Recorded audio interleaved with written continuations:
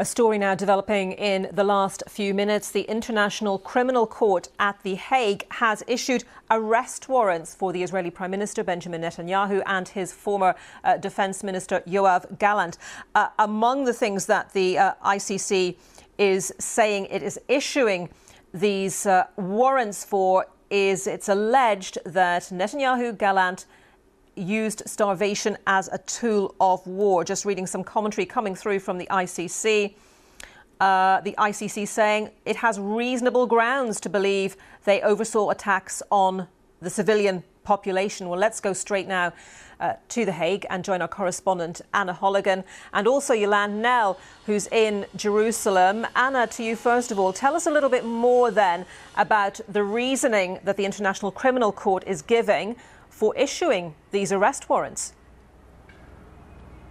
I'm still studying the details. We've just got them in the last few minutes. So the ICC says the chamber considered that this is the pre-trial chamber at the International Criminal Court, considered that there are reasonable grounds to believe that both individuals, Benjamin Netanyahu, Yoav Gallant, both individuals intentionally and knowingly deprived the civilian population in Gaza of objects indispensable to their survival, including food, water, medicine and medical supplies, as well as fuel and electricity.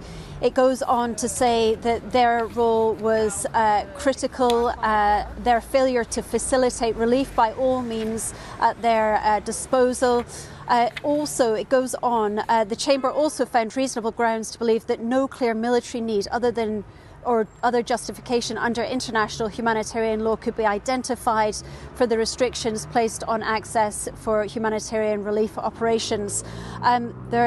Beyond this, just reading a little bit further down, finally the chamber assessed that there are reasonable grounds to believe that Mr. Netanyahu and Mr. Gallant bear criminal responsibility as civilian superiors for the war crime of intentionally directing attacks against the civilian population of Gaza. In this regard, the chamber found that the material provided by the prosecution only allowed to make findings on 2 incidents. So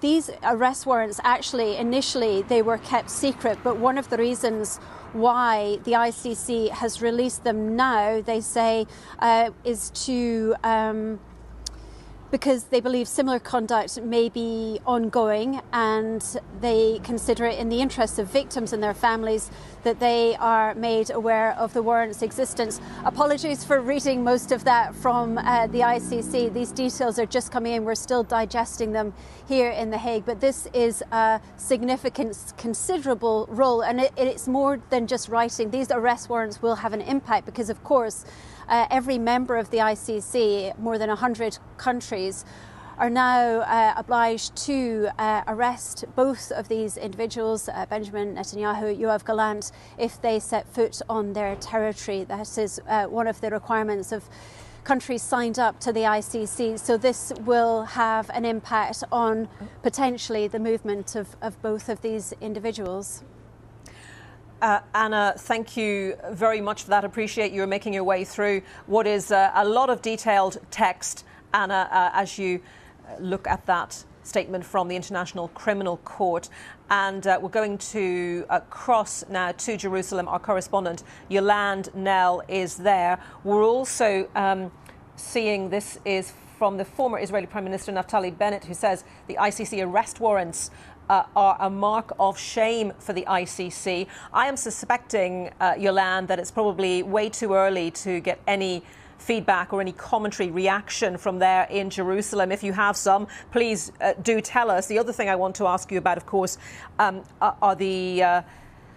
is the news from hospital officials in the north of Gaza saying many people have been killed in the latest Israeli airstrikes, and what is going on there with regards to attempts at a rescue operation. Yeah, I mean, starting off with the International Criminal Court, we haven't had an official response yet from the Israeli Prime Minister. We understand that he's currently meeting the US Special Envoy Amos Hochstein, who's come here from Beirut to talk about a ceasefire in Lebanon, a ceasefire between Israel and Hezbollah. But we can go back to May and get some indication from then of the Prime Minister's likely response, because when the news that was put out by the chief prosecutor that he had applied for these arrest warrants, Mr. Netanyahu back then called this an outrageous decision. He said that it was a moral outrage of historic proportions, that it would cast an everlasting mark of shame on the International Criminal Court. He said that Mr. Khan created a twisted and false moral equivalence between the leaders of Israel and the henchmen of Hamas, because you'll remember as well that the International Criminal Court was going to look at arrest warrants for 3 senior figures in Hamas, the masterminds of the 7th of October attacks. So that was Yahya Sinwar, Mohammed Deif, the head of the military wing, and Ismail Haniyeh, the overall leader of Hamas. Now, all 3 of those men are since been killed, as far as we know. The only person who still appears with an arrest warrant out for him now is Mohammed Deif, the head of the military wing. And that appears to be because the court acknowledges that his death has been reported. We understood from the Israeli military that it used DNA evidence to assess that he was killed, but there is not the same amount of evidence in the public domain, it would seem, for his killing as for the other 2 men.